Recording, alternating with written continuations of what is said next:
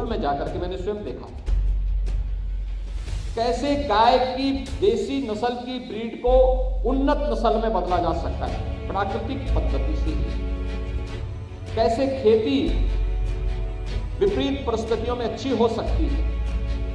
Global warming के दुष्प्रभाव से हम खेती को भी कैसे बचा सकते हैं, ये भी मैंने अपनी आंखों के सामने वहां जाकर के देखा है।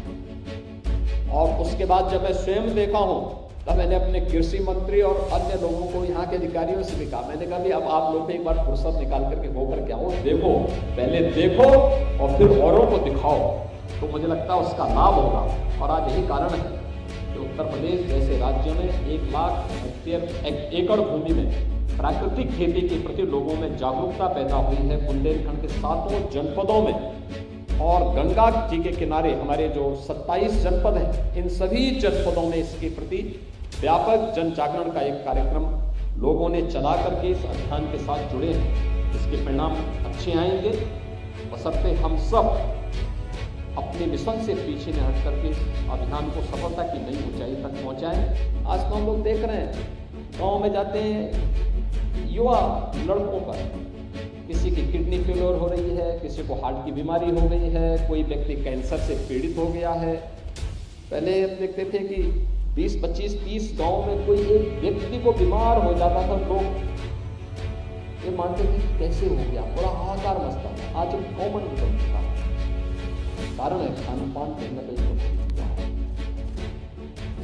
इसने नई नई बीमारियों को जन्म दिया, नए तौर तरीके आगे बढ़े और हमें इसके बचाव का जो एक नया मंत्र प्रधानमंत्री मोदी जी ने दिया है वह है प्राकृतिक खेती का। मैं धन्यवाद दूंगा माननीय शिवराज सिंह चौहान जी को और उनकी पूरी टीम को और भारत सरकार को कि प्रधानमंत्री मोदी जी ने आज से 3 वर्ष पहले प्राकृतिक खेती के लिए जिस एक अभियान को आगे किया था, आज उसके अच्छे परिणाम देखने को मिले हैं। और मैं इस अवसर पर गुजरात के माननीय राज्यपाल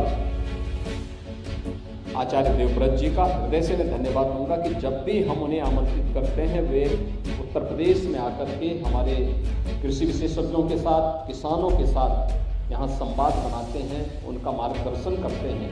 और आज इसके बारे में लोगों के मन में एक भाव जागृत हुआ है। वो सच है, पहले शुरू में लोगों के मन में एक भाव था कि क्या होगा, कैसे होगा, और खासतौर पर कृषि विशेषज्ञ जो थे, इसके एक्सपर्ट जो थे, उन लोगों में कुछ ज्यादा ही वो था, अरे हो ही नहीं सकता है। लेकिन आज जब वह उसके डेमोन्स्ट्रेशन को देखते हैं और इसमें जो बताया गया है कि हमें बीज से लेके बाजार तक इसके प्राकृतिक स्वरूप को बनाए रखना होगा।